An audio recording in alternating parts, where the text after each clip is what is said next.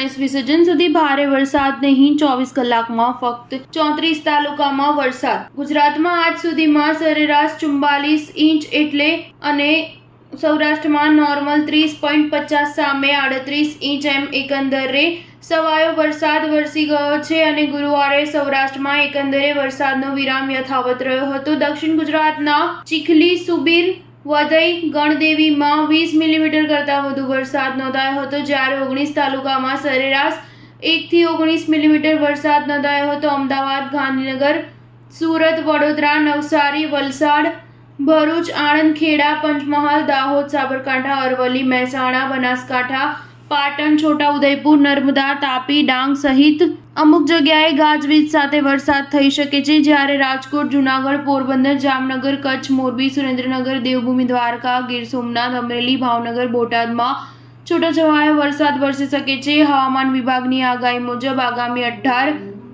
September સુધી હાલમાં ભારે વરસાદની કોઈ શક્યતા નથી. આમ 17 સપ્ટેમ્બરે ગણેશ વિસર્જન છે, ત્યારે ત્યાં સુધી હાલમાં ભારે વરસાદની કોઈ શક્યતા નથી. જો કે છૂટાછવાયા સ્થળે હળવા ભારે ઝાપટા વરસી શકે છે. ગુરુવારે સૌરાષ્ટ્ર ઉપર સાયક્લોનિક સર્ક્યુલેશન જારી રહ્યું હતું, તેમજ દક્ષિણ ગુજરાતથી કર્ણાટક વચ્ચે ઓફશોર ટ્રોપ પણ યથાવત છે. ઉત્તર પ્રદેશ પરની સિસ્ટમની ગુજરાત પર ખાસ અસર નથી, તો બંગાળની ખાડીમાં વધુ એક વાવાઝોડું સર્જવાની શક્યતા છે. આ પરિબળો વચ્ચે હાલ વાદળોની ઘેરાબંધી ન હોય, કોઈ અચાનક સિસ્ટમ ન આવી જાય તો સૌરાષ્ટ્રમાં ભારે વરસાદની શક્યતા નથી. સ્ટાર ન્યૂઝ 7 હંમેશા સચ્ચાઈની સાથે.